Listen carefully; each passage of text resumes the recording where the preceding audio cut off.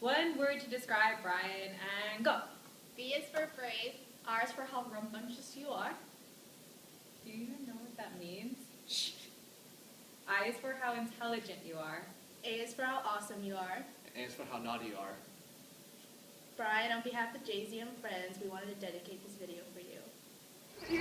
Brian Wen. Brian Wen. I'm not sure I know which one he is. I think he sits up in the Asian corner. However, if I did know Brian Wen, I don't think I'd like him. Welcome back, Brian Wen. We've missed you. If I had to think of one word to describe you, it would definitely be positive. You were always the one who was laughing, smiling, cracking a joke in the back of the classroom. One word to describe Brian. It's you, Wonka. Bubbly. Hunger. It came to I've seen you eat food so much this year that it came to the point where if I see you out in school, it will make me hungry. So thanks for that. You raised my appetite. Brian has a strong love for food. I think of food whenever I think of Brian because whenever he was in class, I don't think I ever saw him when he was not eating or had something beside him. Food? I remember that one day you were holding this Odwalla juice and then you were like, we have the same juice. And to let you know, actually we had the same yogurt, we had the same cereal, you know, you're that funny guy. Hungry, because he was always eating in the back of the room. Snacks. If I could think of one word to describe Brian, I'd say that Brian is sassy. Funny, smartish, something like that. So, I guess the Brian was guilty of the funniest moments in the class, but I remember his interaction with the Rich at the Gifts and Stay class was hilarious. So pretty much Rich picked up on Brian every single day, and Brian was like, what, me again, why? But after a while he was totally kind of get used to that, and he was kind of ready every time, which was kind of a lot of relief for everybody else. There's actually two moments. The first one is in class. You're like trying to take Rich out for ping ball, which is fantastic. I loved it. And the second one is like we're going to Duchess. I'm trying to park right behind you, and then you're just on the way to Duchess. And I was surprised that you actually walked all the way back and then tried to help me with your hand gesture this far away. That helps me a lot and really appreciate it. You're a really good friend. My favorite moment of you this year was your interpretation of what you think the USA looks like.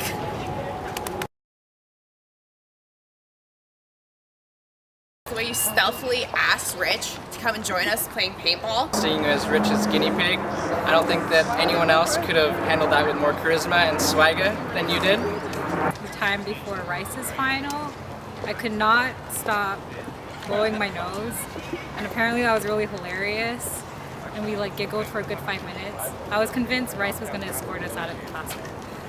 Our last class negotiation when we played good cop, bad cop, and he played the bad cop a little too convincingly. Brian, we said it when we started, it was a bad idea for Bill to put us together negotiating. I'd say $3.5 billion later confirmed that fact. In Rich's class, when he would ask you a question, and I would turn around and see your face, and you'd be eating your sandwich and doing this, oh, I don't know, expression. And then the thing that would come out of your mouth would be, are they married, no matter what he asked, and I thought that was pretty funny. When he would purposely bring Greek yogurt to class because he knows I hate the smell of it, and he would purposely just eat it right next to me. Either in Elise's class or Rich's class, and you said something about how you love to eat because that's what makes you stay awake. I feel exactly the same way. The only downfall to that is I wish I sat next to you so I can eat some of your food. How he dreamt that I would get 100% on my first CPA exam. Thanks for thinking so greatly of me. How much you ate in Jason's class and how it kept you awake because he called on you once. I love when Brian gets called on in class and he obviously has no idea what's going on. He has some of the best excuses I've ever seen. I think my favorite memory of you was when you made fun of Navi for holding her chopsticks like this, and that just stuck for the entire year. So yeah, thank you for that. That was really funny. There's nobody to ask professors for days off without making it sound like it's somehow benefiting them. is your snarkiness. I miss having someone stink up the classroom with me. In terms of food, of course, we always have sticky lunches, but they always taste really good. And I think my fondest memory of you was when we were like 5 months into the program, and I think you asked me how to calculate taxable income and what was a 2% MITS deduction. Kind of glad for those questions because I probably didn't know how to do them either. I met you through a project. I think we worked on a funeral home, so we would always be there every weekend, and you would always scare me with these ghost stories. So the thing I love most about Brian is how he always says whatever he wants in class, and he never is embarrassed, and he's always so cheerful. Hey, Brian. So you're the one who always are eating in the classroom, you always have good food around. It's like, I don't care who's talking on the stage, I just want to see what Brian's eating there. Mostly from Rich's class, when we both volunteered for the Jeopardy game. I was slightly ahead of you for the entire game until the very, very last bet. You actually suddenly turned it around and became slightly ahead of me, making me the final loser. That was very nicely done. Hi Brian, we all missed your sense of humor in class and we're all looking forward for you to come back and we're so happy you're doing better. You know, Brian, I'm really excited for you to get back. Mostly so you can just make me feel really uncomfortable at how quickly I eat. I just want to say it's always fun to have you be around. Brian, we miss your laugh. The Asian corner isn't nearly as loud without you. So my fondest memory about Brian was from the basketball season. Played on the intramural league and he was pretty ruthless.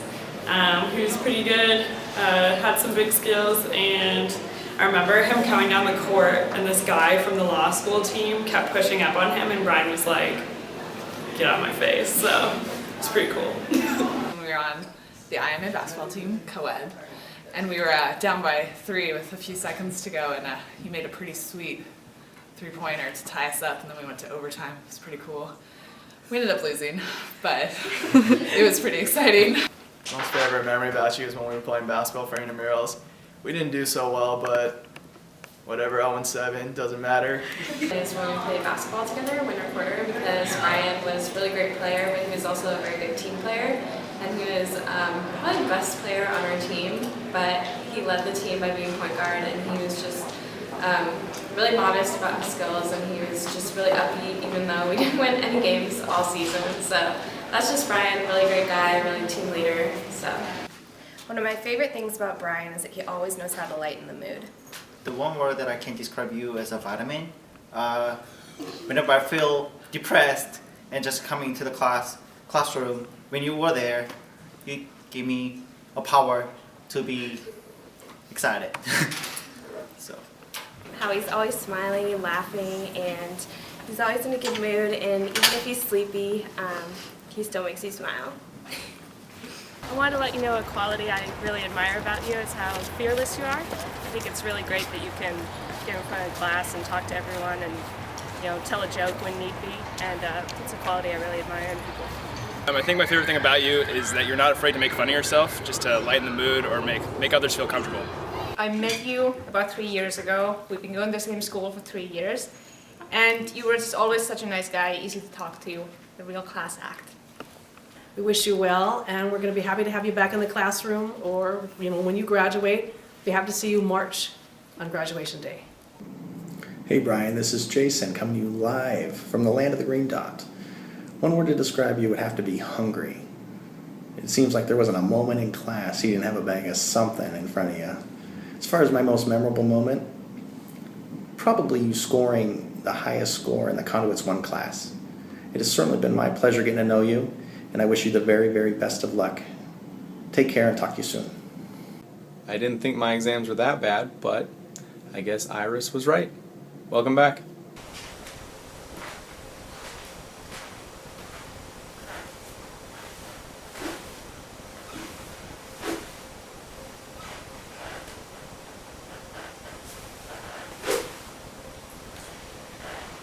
Hey Brian, it's Steve Rice, your old tax professor from the timing course. Way last winter quarter. I know, it's a long time ago now. I heard you were in the hospital. I'm really sorry to hear that, but I also heard that you're out now and that you're recovering, so I just wanted to wish you well in your recovery. And I'm looking forward to seeing your smiling face again at the banquet, the graduation banquet, and then at the graduation ceremonies. So, I'll be shaking your hand next week. Best wishes. Now I got to get back to doing my homework. Brian, the one thing that will always stand out and that I'll always remember is the way you laugh. That even when I walk into a room and can't even see you, generally because you're surrounded by the ladies in the classroom, I will always know that you're there by the sound of your laugh and the sound of your voice. And I'm really glad you're feeling better, and I'm really happy to see you back in school. Good luck and congratulations. I hope this video showed you how much we all missed you, and we're glad you're back. Yeah.